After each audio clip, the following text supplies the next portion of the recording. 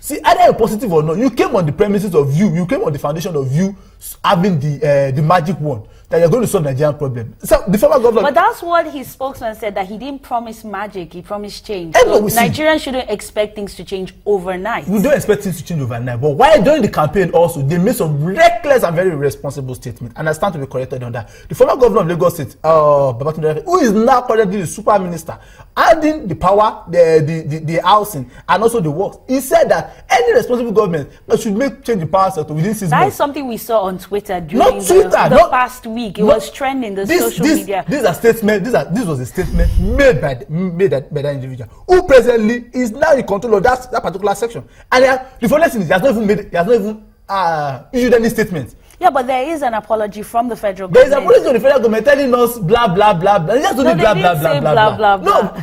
Okay, that's it. Okay. Look at the issue. Look at the issue. They told us there was gas exposure. We've been having that since time immemorial. Don't internet and say we had that. So if you were to say, how many months will you give this government to fix this problem? See, this government gave us a manifesto. For each promises, there is a deadline inscribed into that manifesto.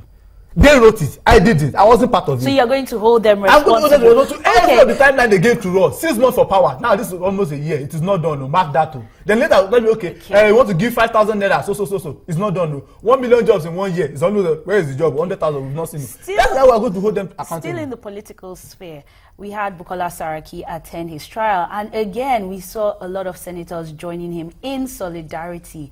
Is this something we're going to continue seeing? Like, the senators always showing their solidarity and holding the nation to ransom because the Senate can't sit.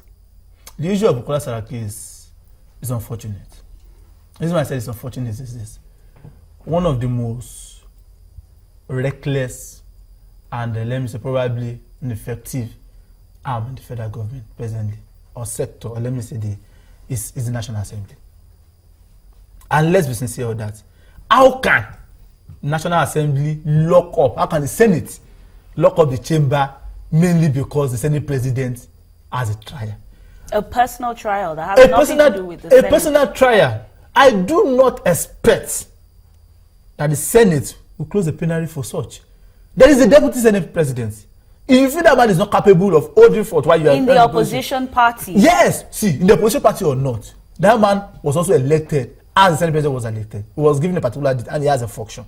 If he is not going to be trusted to perform that function, then why was he elected in the first place? It's simple. If you cannot trust, if you feel the Senate president is not worthy of holding this the plenary while you were away, then definitely the deputy president does not deserve it. And you yourself, in a sane country, I would have expected the Senate president to have resigned by now. It is simple. It's natural justice. Innocent till proven guilty. Innocent till proven guilty. By resigning, isn't that him admitting guilt before the court pronounces him guilty? The resigning is him trying to bring back sanity to our polity.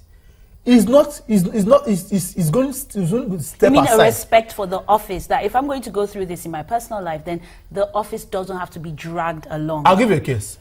Uhuru Kenyatta of Kenya, while he had case with the national criminal, he had to step aside and give power to his vice president. When he claimed himself, he came back and claimed his mandate. It's simple. So to him, what they have done is this: you step aside. Then, if you are able to, if the judiciary, if the court finds you not guilty, if you are going to wash yourself as white as, then you come back and take over your position. The same caucus that elected him are still in the house. So what you're saying is that during that period while he's dealing with the personal issues, the country can move on. So let's go to the MTN settlement. This has been in the news for months now, billions and trillions, and, there's been this negotiation back and forth. But there was something very incisive that the president said was that, MTN not doing its role and its responsibilities led to Boko Haram, really flourishing, because if you don't register these SIM cards, how can you trace them to the terrorists? See, the issue is not just MTN. I'll go to MTN, but the issue is not just MTN. A lot of these foreign companies are taking Nigeria for granted. And even Nigerians also. But don't we want foreign direct investment? We want foreign direct investment. We want investors that will, say if you're in Rome, you be like a Roman, that will first take Nigerians, respect Nigerians, the market, Nigerian market, they will respect her. So they shouldn't do things they can't do in their country here in DSTV Nigeria. cannot do half of what is doing in Nigeria. MTN Nigeria cannot do half of what is doing in South Africa. So how come they've given you a simple? You were part of the signatory to that agreement, and all of a sudden you refuse to adhere strictly to the same conditions you signed. I don't care. Are we not the ones allowing them to get away with that? Is what I'm saying. See, this fine. The MTN fine. Is really important. And why some are saying that they should be. I mean, it's so important that their president came to Nigeria. Because it's important to South Africa. Because when they make the old money in South Africa, they take it back to the money in Nigeria. They take it back to South Africa as dividend to pay. That is why they have refused to have MTN Group, not MTN Nigeria, MTN Group on our Nigeria Stock Exchange. Because the old dividend, the old money you make from Nigeria is still going back to South Africa. So it's better for the economy, not for all the economy. So what you're saying is that the hard line that is being taken by the president is going to send a signal to all foreign companies that they need to adhere strictly to the law. But it now depends on how strong-headed the president decides to be. From all indication, he said he has opened another door for renegotiation. I don't see what they are renegotiating. There have been so many. This is not the first time a country will be finding. So you just want them to pay this money and let's move on. See, US find the company. They paid. Nigeria is finding another company. Pay. It's simple.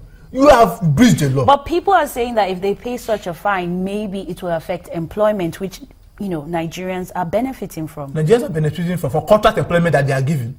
The contract employment MTN, Airtel are given. Is that what Nigerians are benefiting from? That they are killing our labor market? Is that what they are benefiting from? So you'd rather they cut down jobs and pay the fine? See, presently, if they are going to pay that fine, it's not going to affect anything. It's not going to affect what they feel it might affect. They feel personal to them. It might probably affect their own profit. But that is the price they have to pay for breaching this law. My own is this: you've been giving it. They have even been reduced now. So what are we talking about? So let's just pay it. Pay that money. Let's settle this whole thing. Stop the whole food dragging. Let's move Finally, on. one more thing that I would like us to discuss before we conclude this segment, and it has to be Ese Oruru. I mean, last week, had International Women's Day, and this is a representative of the girl child, a symbol of the girl child. Are you happy with the way this has been dealt with? The issue of Ese Oruru is really unfortunate, because I was taken aback when I heard the news, because I couldn't imagine my wildest imagination that someone could come to not just the South now, just go anywhere, pick a child, and you decide to. It's really pathetic. And why some people have been supporting it, I just want to employ our northern friends not to support such, because I served in Sokoto. I stayed a lot of time in Sokoto. I understand if you go to Sokoto, you just look up and tell you, I'll bring you to South. Yeah. So in a nutshell, this is unacceptable. Thank you so much, Bola Dale, for being a part of the show. We'll be going on a quick break, but when we come back, we have a lot more to discuss on Rubbing Minds. Stay with us.